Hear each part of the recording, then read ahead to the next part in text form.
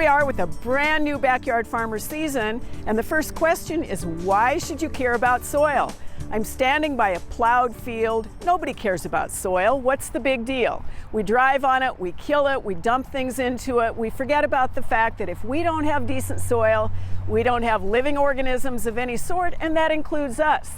We have to treat our soil properly if we're going to grow plants, if we're going to drain water, if we're going to even support our buildings.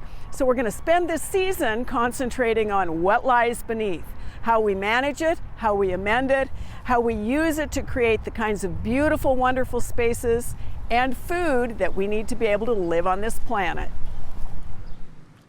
Whether at the scale of a major river or a small stream or your own backyard, the complexity of the interaction between soil and wind and water is such that we really need to pay attention to it.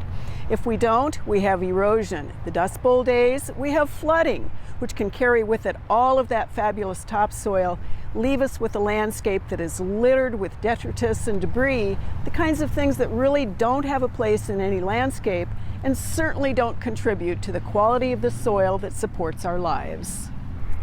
We move our soil around in the landscape, whether it's with a garden spade or with a big old piece of equipment, and we pile it with great intentions of doing something with it later.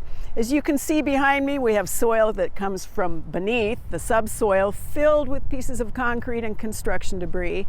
We have some soil that looks as though it's got compost incorporated into it, and we probably have some stripped topsoil. All of these are garden elements or landscape elements that we have to figure out how to work with. If we could tell you one thing to do this season, it would be every single time you have an issue with a plant in your landscape, instead of looking up, look down.